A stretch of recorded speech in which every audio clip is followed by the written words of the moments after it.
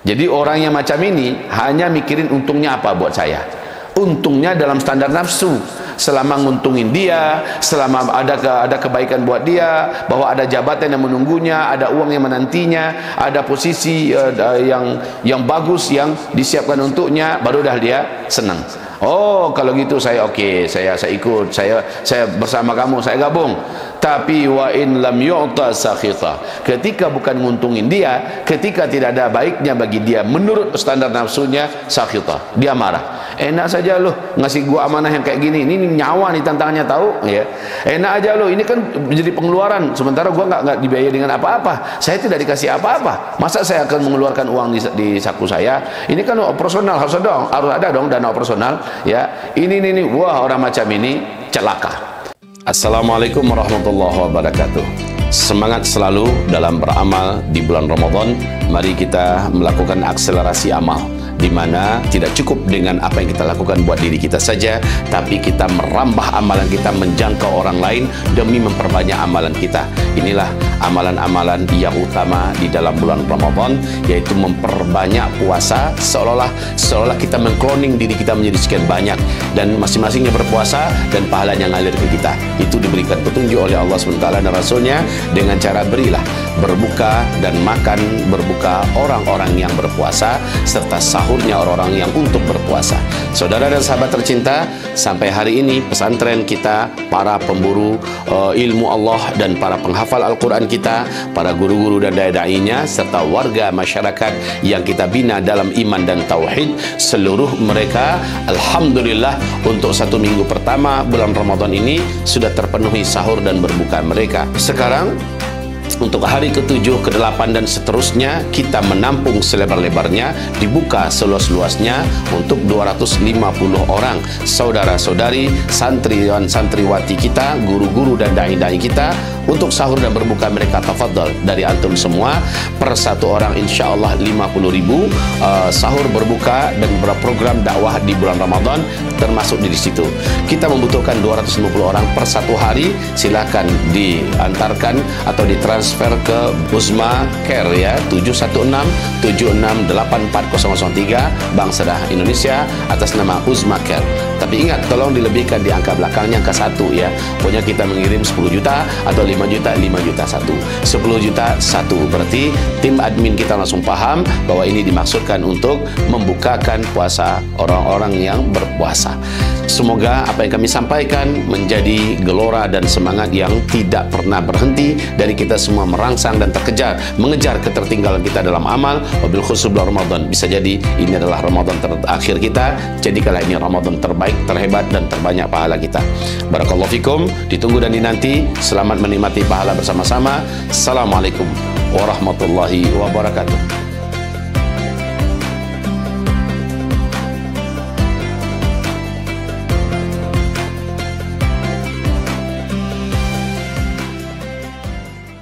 Assalamualaikum warahmatullahi wabarakatuh.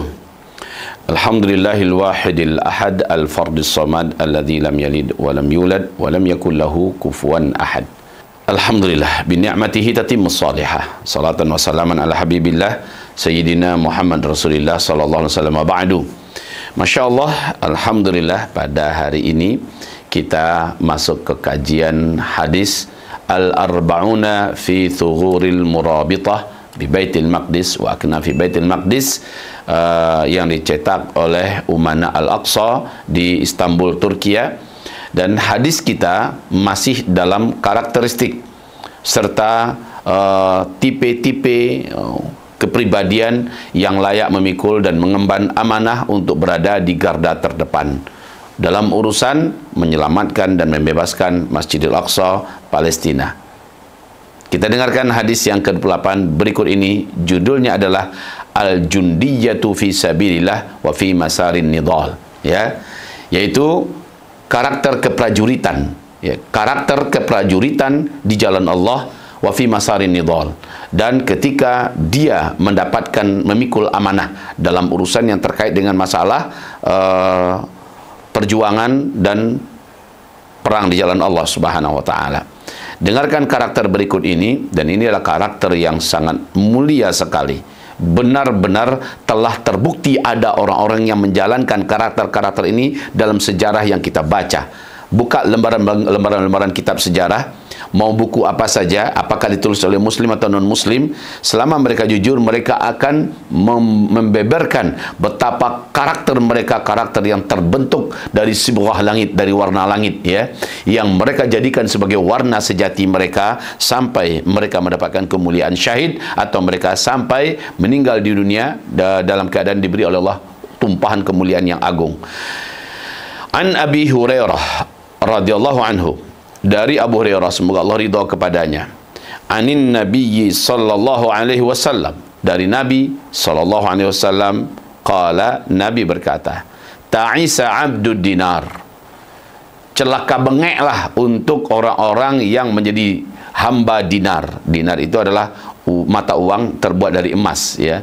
Kalau sekarang di Indonesia lebih kurang harga 1 dinar saat ini lebih kurang sampai di angka 4,5 jutaan, ya.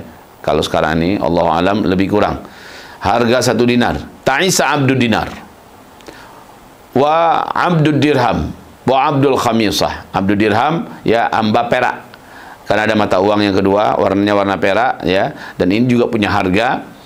Kalau dinar harganya sebegitu, kalau perak lebih kurang harganya sekarang kalau kami tidak salah di angka 350 1 dirham, ya, 350.000 lah lebih kurang, Allah alam, atau 300.000. Ta'isa abdul khamisah, celakalah hamba yang suka memakai baju-baju cakep, baju-baju cantik, baju-baju mewah, baju-baju kebangsawanan, baju-baju yang hanya dipakai oleh orang-orang konglomerat, orang-orang high level, high class, ya.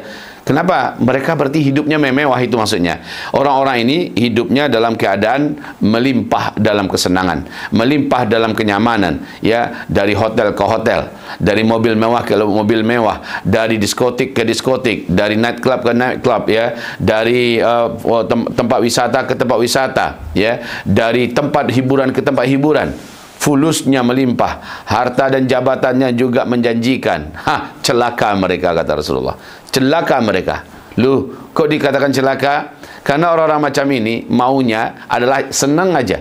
Dan ketika dituntut untuk berkorban, ketika dituntut untuk pergi, apalagi untuk berjuang, dia pasti akan menggeleng seolah-olah nyawanya mau lepas dari badan. Dia pasti akan menampakkan perlawanan, penentangan. Coba lihat, dengarkan hadis berikutnya. In u'tiya radiyah wa in lam yu'ta sakhita. Kalau dia menerima, ada keuntungan baginya, dia senang. Jadi orang yang macam ini hanya mikirin untungnya apa buat saya. Untungnya dalam standar nafsu, selama nguntungin dia, selama ada kebaikan buat dia, bahwa ada jabatan yang menunggunya, ada uang yang menantinya, ada posisi yang bagus yang disiapkan untuknya, baru dah dia senang. Oh, kalau gitu saya oke, saya ikut, saya bersama kamu, saya gabung. Tapi wa in lam yu'ta sakhita, ketika bukan nguntungin dia, ketika tidak ada baiknya bagi dia menurut standar nafsunya, sakhita, dia marah. Enak saja loh ngasih gua amanah yang kayak gini, ini nyawa nih tantangannya, tahu, ya. Enak aja loh, ini kan menjadi pengeluaran, sementara gua nggak dibiayai dengan apa-apa, saya tidak dikasih apa-apa, masa saya akan mengeluarkan uang di saku saya? Ini kan operasional, harus ada dong dana operasional, ya. Ini wah, orang macam ini celaka. Hidupnya selama ini ringan, ya, bersenang-senang, hidupnya selama ini penuh dengan kemewahan, dari atap ke atap yang mewah, dari hotel ke hotel mewah dan seterusnya. Tetapi ketika dituntut untuk berjuang, dituntut untuk berkorban, dituntut untuk memberi, dituntut untuk ada di garda terdepan, orang ini memperlihatkan keburukannya, orang ini memperlihatkan keberatannya. Dan maaf, ya, dalam karakteristik yang kita sebutkan barusan ini, di dalam Al-Quran disebut dengan karakteristik kaum munafikin. Orang-orang yang di dalam hati mereka ada penyakit, orang-orang munafik. Ini adalah kelompok orang-orang yang ketika mereka diajak untuk berkorban, diajak untuk bersama-sama berjuang, apalagi ke medan tempur, lawaw ru'usahum wa ra'aitahum mu'ridun, mereka akan geleng kepala dengan sangat kuat dan mereka pasti berpaling. Bahkan mereka berani berkata, ya, berani mereka mensumpah serapahi komandannya, mensumpah serapahi atasannya, gurunya, siapa saja, ketika dia dituntut untuk berkorban atau ada hal yang menurut standar nafsunya akan merugikan dia, ya. Lanjut kepada hadis berikutnya. Wa idza syika falan taqasha, ya. Wa idza syika falan taqasha. Idza syika, syika ini syaukah, yaitu kalau dia ketusuk duri. Kalau dia ketusuk duri, kalau ada sesuatu yang masuk ke dalam badannya, falan taqasha, dia tidak mampu mencabut atau tidak berani mencabut, ya, karena sakit, ya kan, mencabut aja nggak berani. Falan taqasha, apalagi nanti akan dicongkelkan apakah jarum atau apa untuk bisa mengeluarkan duri itu. Ini orang, jangankan dirinya, orang lain saja mau cabutkan dari dia nggak mau, sakit, nggak mau. Orang yang macam ini demi Allah tidak pantas dan tidak patut dibawa-bawa, karena sekali lagi dia akan menjadi beban. Dia akan menjadi beban. Makanya maaf, sangat mohon maaf, ketika kami berjumpa dengan komandan perjuangan untuk seluruh Palestina, ketika beliau masih hidup dulu, ya, kami pernah mencoba beliau. Gimana pandangan beliau? Kami katakan, Syekh, kami mau kirim orang-orang terbaik kami. Bisa nggak, Syekh? Kalau kami dapat jalan, pokoknya pemerintah kami mengizinkan, ada jalannya, bisa nggak kalian bukakan pintu? Untuk apa, kata?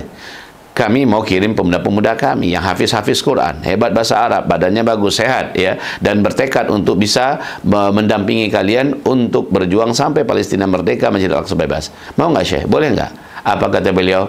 Lah, jangan lakukan itu. Jangan lakukan itu. Ternyata hanya sekedar ngafal Quran, mau dikirim, belum bisa.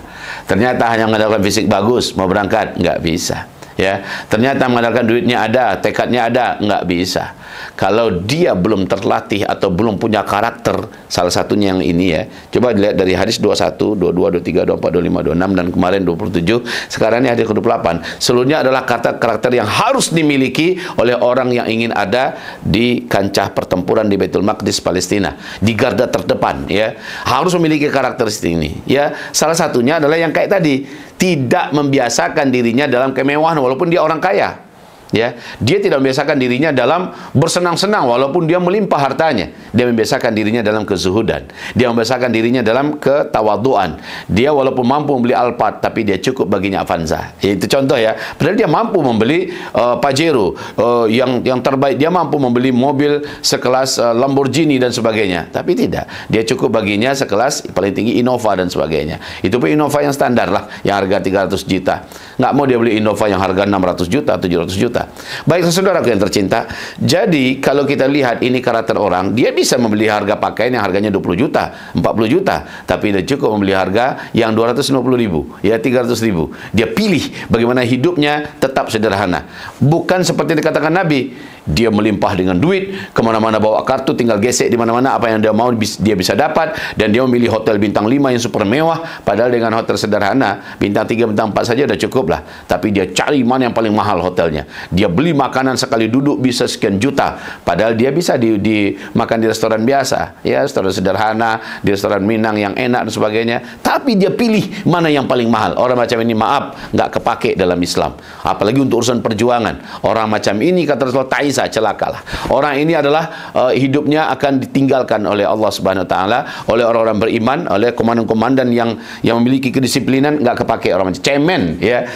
Idza syika intakasha, bila dia tertusuk duri, intakasha, dia tidak mau, ya, tidak mau berusaha untuk mencabutnya, bahkan nangis, ya, tidak mau ada orang lain yang mencabutnya dengan takut, nggak mau. Sekali lagi, orang macam ini demi Allah tidak pantas, cemen.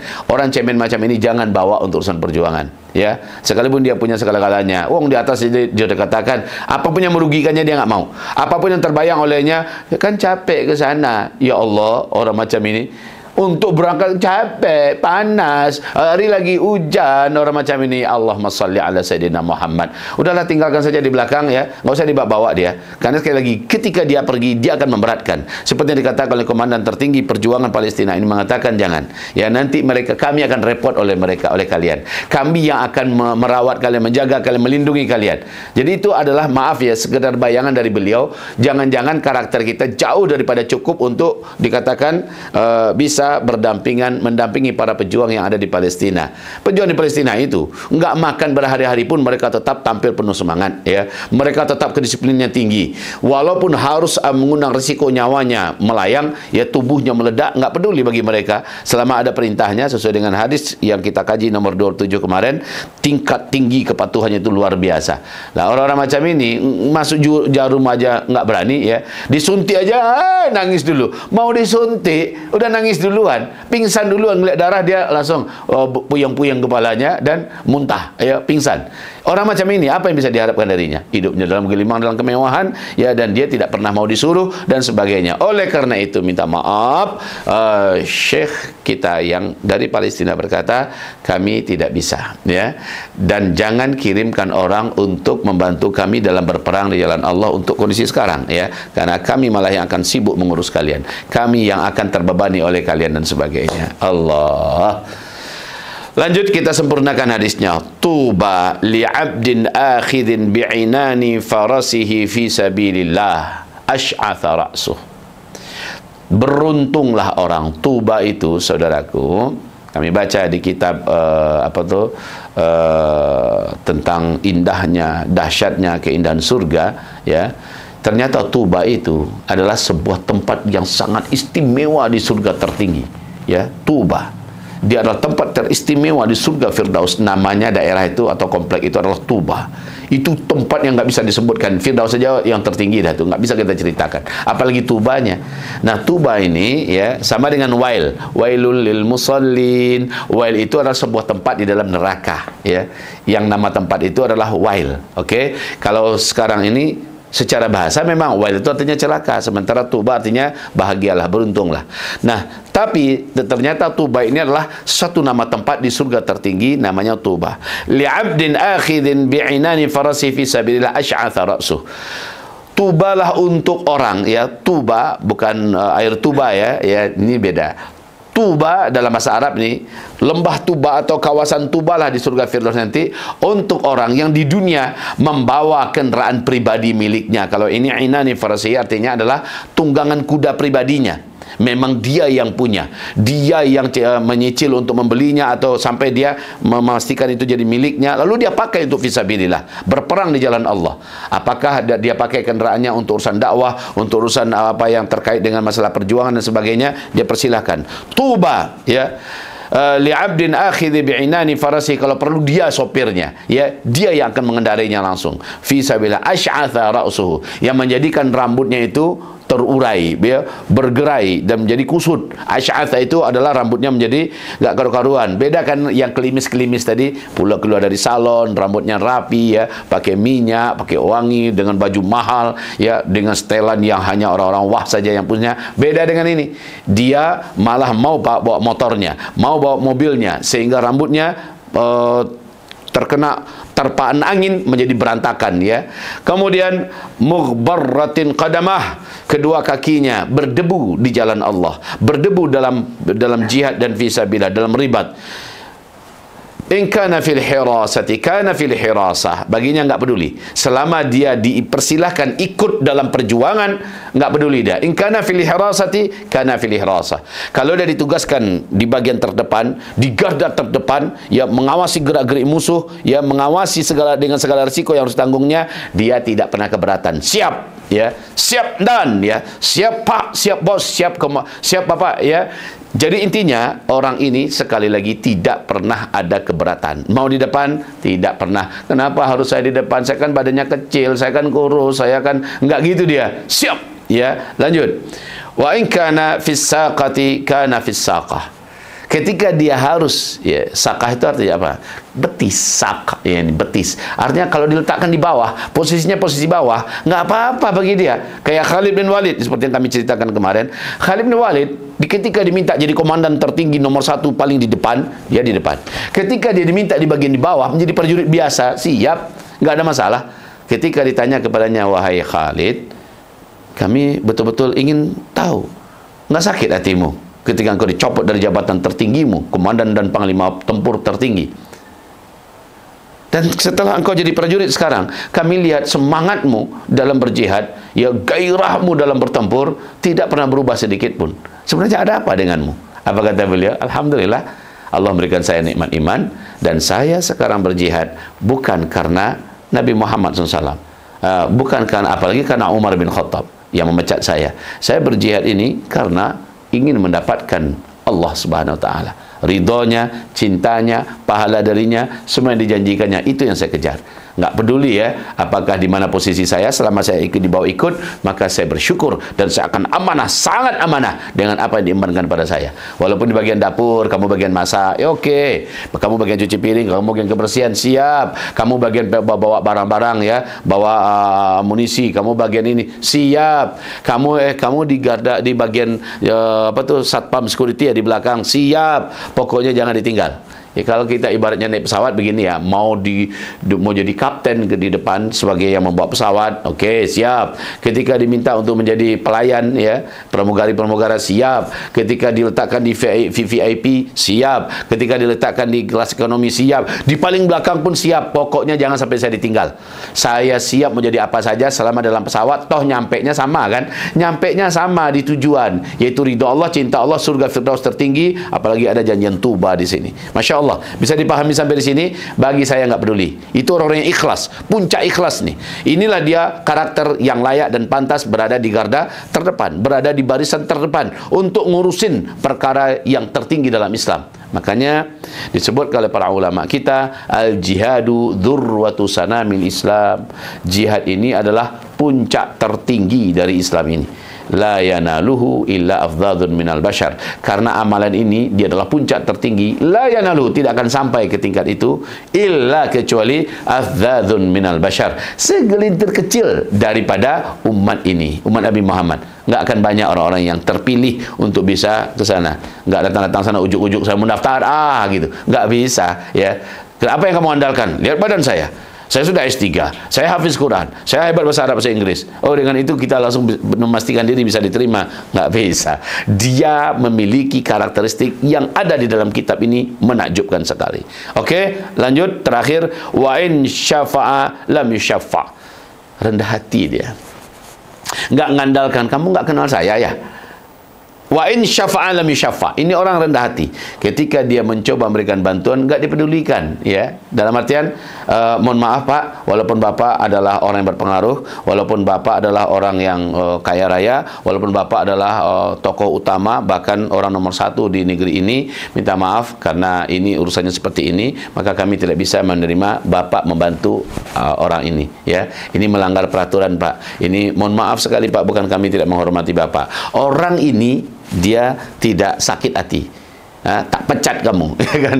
Saya akan pakai link saya, kamu akan dimutasi, kamu akan dipindahkan ke tempat lain. Kamu enggak kayak gitu tipenya. Jadi tipe yang bisa untuk berada di garda terdepan itu adalah tawadhu. Itu intinya ya, tawadhu. Enggak pernah dia menyebutkan, kamu nggak kenal saya ya, saya ini jenderal loh, kamu nggak kenal saya ya, saya ini konglomerat loh, kayak saya ini orang nomor kaya nomor sekian ya di provinsi saya orang terkaya nomor 1 di Sumatera Barat, di Indonesia dan sebagainya. Tidak, dia tidak pernah akan mengedepankan sampai dirinya. Sekalipun sekali lagi dia mencoba membantu keponakannya agar diterima, ternyata keponakannya nggak memenuhi syarat ya. Lalu apa kata Pak bagian registrasi penerimaan orang ini, minta maaf, ini tidak memenuhi syarat, dia tidak bisa, ini tubuhnya begini dan ada penyakit ini, kami nggak bisa bawa ya. Dia tidak sakit hati orang ini ya, orang ini nggak sakit hati, walaupun dia sekali lagi gubernur pun bisa dia suruh ya, bisa jadi bintang jenderal bintang 3, bintang 4 bisa dia instruksikan, tapi dia tidak sakit hati, dia tidak marah. Ya sudah, kalau memenuhi syarat gimana lagi